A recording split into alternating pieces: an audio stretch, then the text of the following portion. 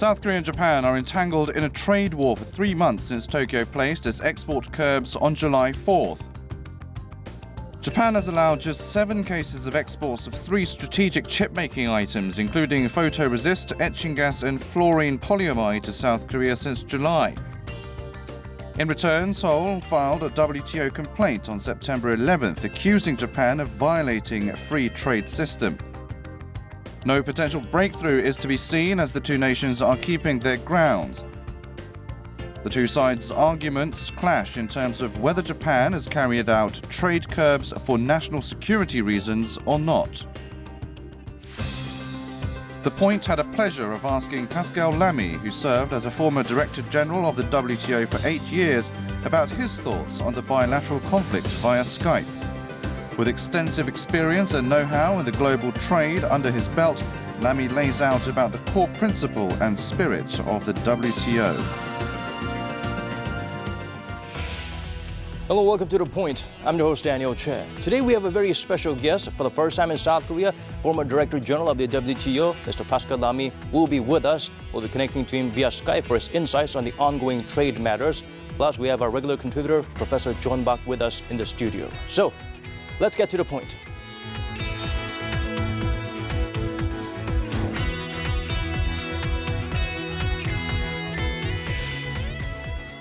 And to help us dissect today's topic into digestible bites, we're joined by Professor John Bak from Handong International Law School. Thank you so much for being here with us today. Good to be here, Daniel. Thank you.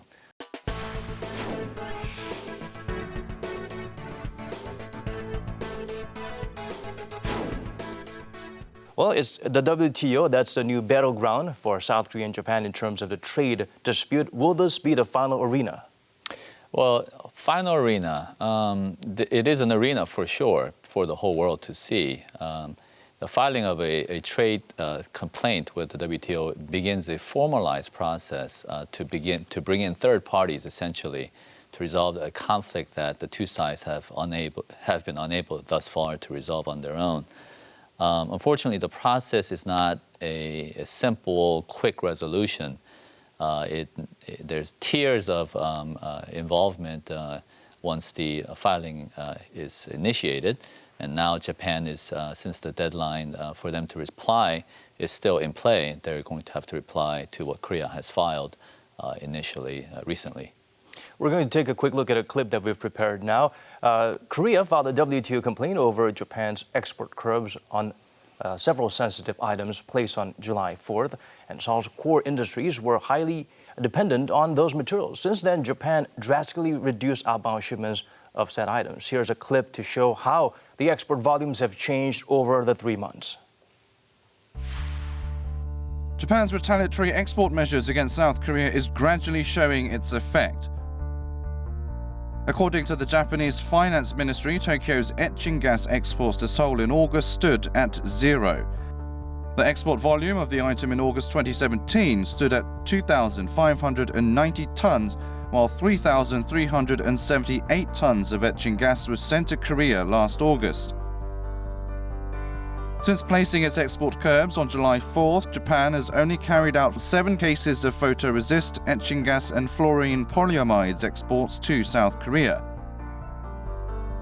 The global community's concern is mounting as Japan could place additional trade measures against Korea amid the ongoing trade rift.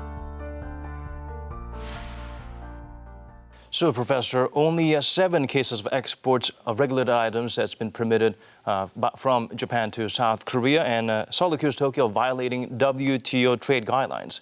What makes Korea's argument valid at this point? There really, at this stage, isn't a high threshold to establish that there is clear evidence to establish that there has been a trade violation under WTO guidelines.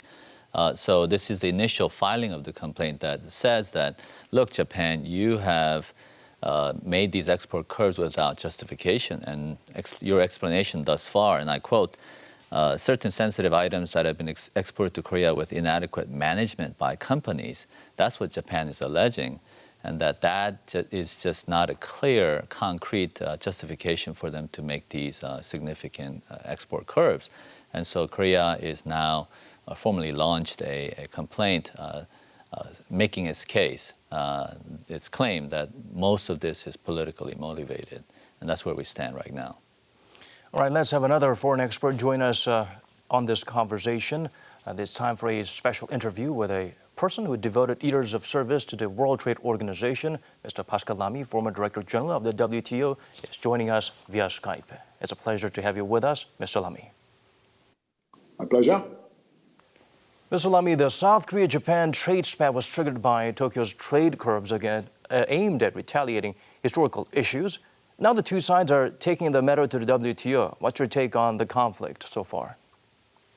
Well, if you look at WTO principles and discipline, the overall spirit is that trade measures are allowed to address trade problems under some conditions, but not political issues.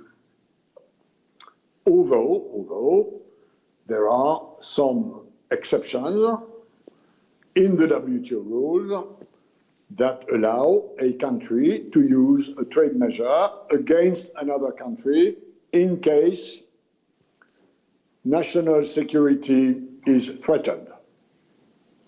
For example, there has been for a long time an embargo on Cuba from the United States because they had a big security problem. The US imposed an embargo on Cuba, and Cuba never litigated against the US because their view is that if that was to go to the WTO probably would consider that at the time where the issue happened, Cuba and rockets could have been a threat to the US security.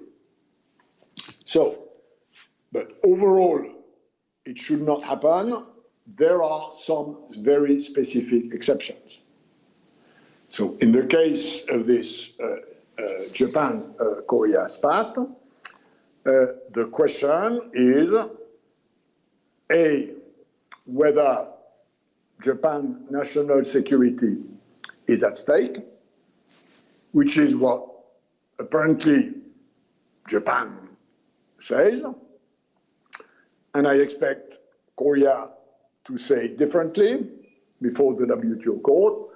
And then if there is the consideration that Japan can invoke a national security exception, then the question will be whether this measure is in proportion with the risk to national Japan security which they try to address. So there are two elements of appreciation for the WTO dispute system.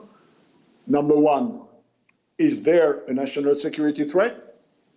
Yes, no. If no, dismissed. If yes, is the trade measure in proportion with the threat? Yes, no. And in other interview, you said what is now happening between South Korea and Japan is like a cancer metastasizing of Trump's weaponization of trade. Can you elaborate further on that?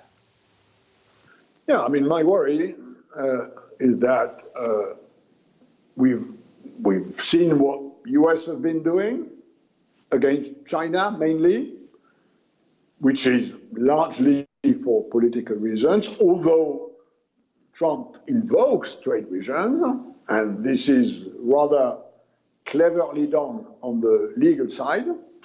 I mean, there have been issues, for instance, in recent times between Ukraine and Russia. But that was limited, and let's say Ukraine and Russia are not like Japan and Korea. Ukraine and Russia joined WTO recently. They're still sort of rather young, fresh members. That's not the case of Japan and Korea. Japan and Korea are long-standing members of the World Trade Organization, and overall, they've always behaved in respecting WTO principles and disciplines. And moving to political issues and addressing them with trade measures, which is a sort of export restriction measure, is something which I think is worrying because it gives a sign that even very good members of WTO like Japan and Korea can now move in this direction. And I think it probably would not have happened if Trump hadn't started weaponizing trade, which is why I'm worried. Mr. Lamy, I share with you some of your observations, particularly that Korea and Japan have been model WTO members for a long time. But a critical question still needs to be asked, particularly in light of your previous experience as the former Director General for 2 terms. Have you seen any other comparable cases where countries have resorted to a trade spat or trade curbs in the context of a further national security or political issue that they were trying to resolve? As I said, we've had one recently in WTO between Ukraine and Russia, who, as we know, since Russia invaded Crimea, which was part of Ukraine, and since they although they would deny this, invaded the eastern part of Ukraine, they have a lot of political problems between Kiev and Moscow, and Ukraine took measures against Russia, and Russia took measures against Ukraine, and this was litigated very recently in the World Trade Organization dispute settlement, who basically said Russia was right to use a trade measure against Ukraine and the other way around. Which means 2 things. A, this is possible under some conditions, which the WTO court appreciated in adjudicating this dispute. So it is not a blanket waiver. It's not sufficient to say, I invoke national security, and then you have a clean nose. The WTO dispute will appreciate whether or not you are right in invoking national security, and then whether in doing this you respected the proportions. So this is a very good recent example, which I think demonstrates the sort of 2 steps, 2 elements of appreciation, which the WTO judge will consider. Well, Mr. Lamy, we'll be getting back to you in a short while. First, we'd like to provide some insights and a brief rundown to our viewers of the WTO settlement process. So do stand by. We'll get back to you in a short while. Now, coming back to you, Professor Park, it looks like the 2 sides have started engaging in consultations. What if they fail to find middle ground in this first step in the WTO process? What are the procedures that follows after this step? Right. The initial stage of once there's a filing, there's basically 60 days for a bilateral talks to continue. Parties can settle at any time, even during, obviously, the 60-day time period. But once that 60-day time period elapses, then you would have to go to the next stage of establishing a panel, a WTO dispute settlement body panel would be duly organized to hear both sides in a more formalized process. If that fails as well, there is yet another process of appeals that would go to the final level, which is called the appellate body, who would hear both sides and make a final decision. That's composed of a permanent 7-member body, and so that would have much more effect, obviously, if it goes that far. But the whole process can take more 2 to 3 years. And focusing on the appellate body procedure to be reviewed by these group, we have U.S. and the WTO not exactly in sync these days, so appointing a new body could be a little bit difficult, may not be able to meet the deadline, so it could lead to boycott of members. So how would such developments affect the ongoing trade dispute between Seoul and Tokyo? Well, that's possible, but WTO would do well to remove any appearance of conflict of interest so that its ruling and its holding, the whole process of hearing, giving both sides a fair opportunity to present their case and making an informed, reasonable decision would be very important. And so neutrality and objectivity is something they would want to pursue, and they would want to shy away at all, if at all possible, from any even apparent conflict of interest, so even the makeup of, as you point out, even the makeup of the appellate body. Well, we had several cases, and many of the major cases between South Korea and Japan at the WTO, we came out on top. How crucial is it to make a strong case to prove Japan's national security was not at stake? Indeed, Japan and Korea has had several other cases at the WTO, and both Korea and Japan has other cases with other countries, including the United States. But what's interesting about this situation is the political backdrop that has triggered to where we have come now to this WTO complaint that's being filed. Korea seems to have a pretty strong case that much of this really is motivated by other things. And Japan really has not made it very clear why they have made these export curbs from July. And so Japan now will have to wait to see what Japan says in their filings during the 60-day consultation period. From a neutral third-party perspective, other countries, how are they perceiving the developments? Are they looking at Japan actually having an issue with national security concerns? I think there's a lot of international interest in this area, not just because of the Trump and Xi Jinping U.S. versus China trade war, but in this region of Asia, East Asia particularly, there's dynamics at play of ally forces with the U.S. And so there's a great deal of interest. And as far as the clarity of the voice that needs to come from Japan regarding this issue, there seems to be some lack of clarity on their part to establish the legitimate grounds for why they have made these export curbs. All right, let's get back to our special guest of the day. We have, of course, the former WTO Director General Pascal Lamy standing by. He has been with us via Skype. We'll pick up where we left off on the dispute settlement. Mr. Lamy, how do you anticipate the WTO lawsuit between South Korea and Japan unfolding? It depends. If there's a lawsuit, it's probably that Japan believes he will get it right, and Korea believes it will get it right. If one of these two parties was convinced that they will lose the case, they would not go to the court. If you go to the court, it's because you believe you have a chance to win.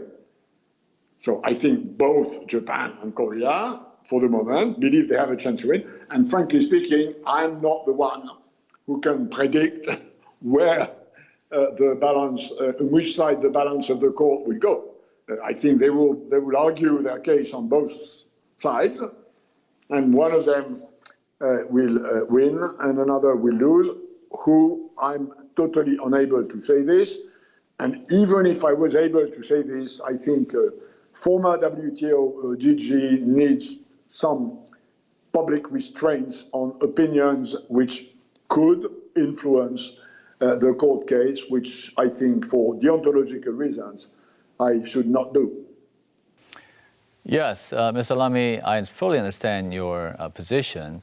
However, if I can press you just a little further, is the U.S.-China trade war and even this trade spat between Japan and Korea, are they prime examples of some shift where countries have taken on another layer of dealings where countries that are at political odds are using weaponizing trade measures?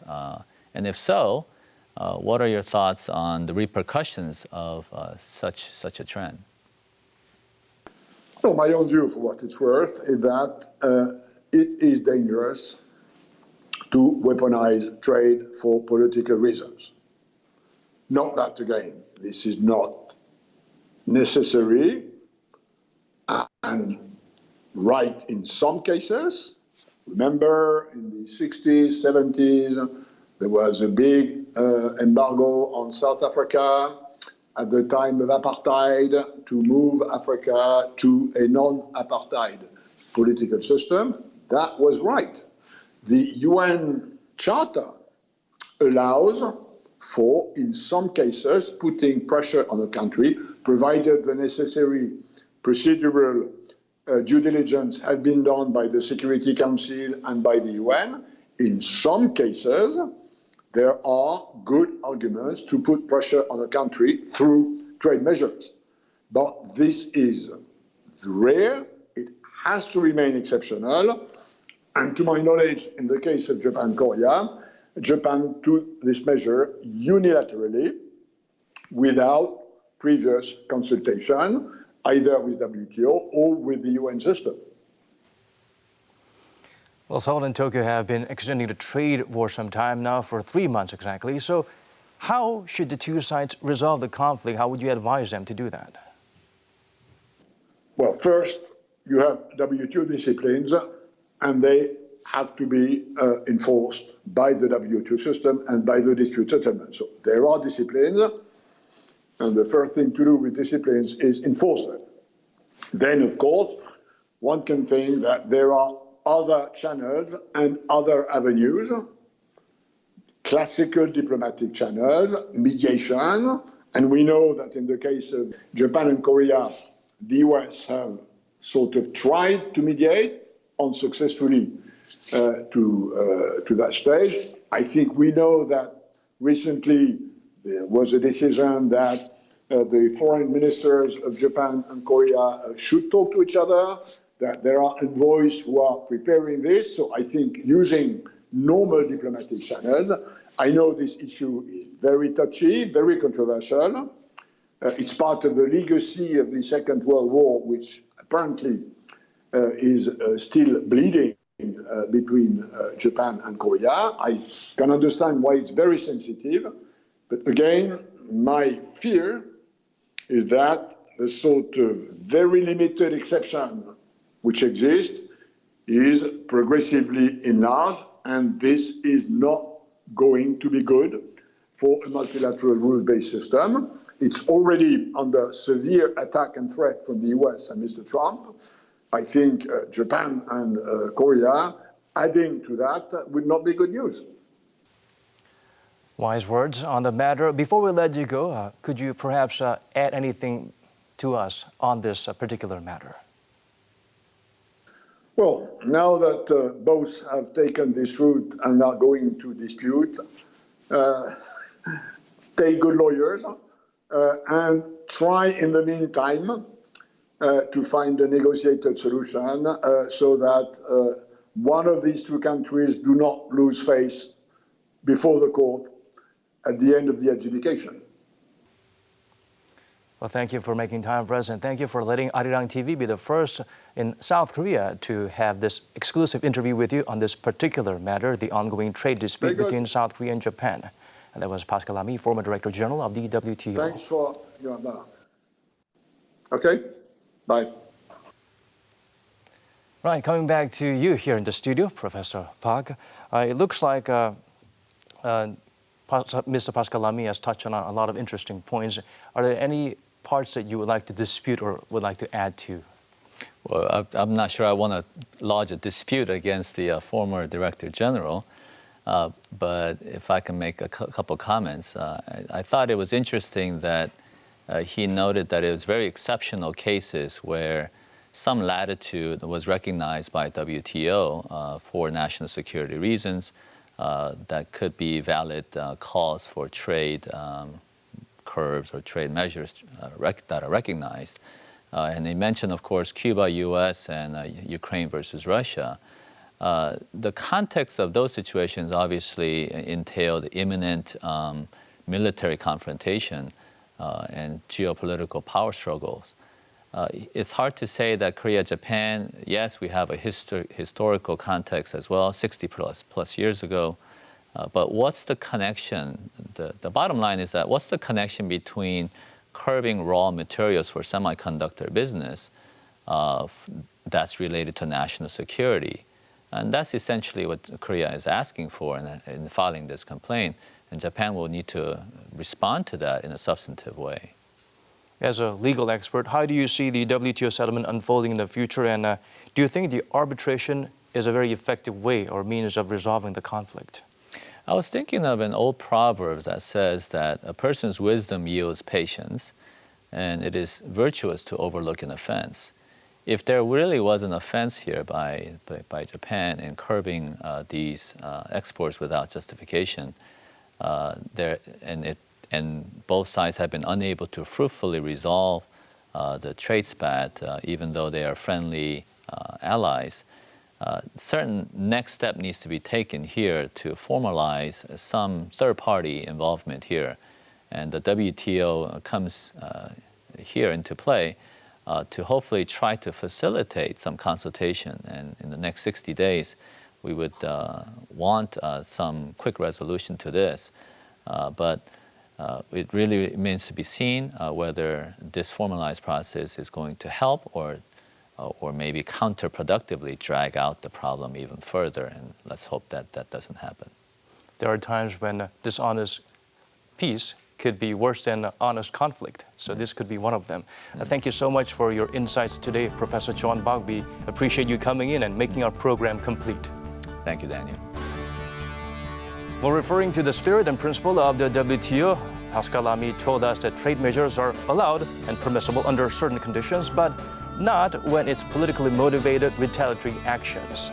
That's all we have for you at this hour. Do join us again same time next week for a brand new episode of The Point. Thank you for watching.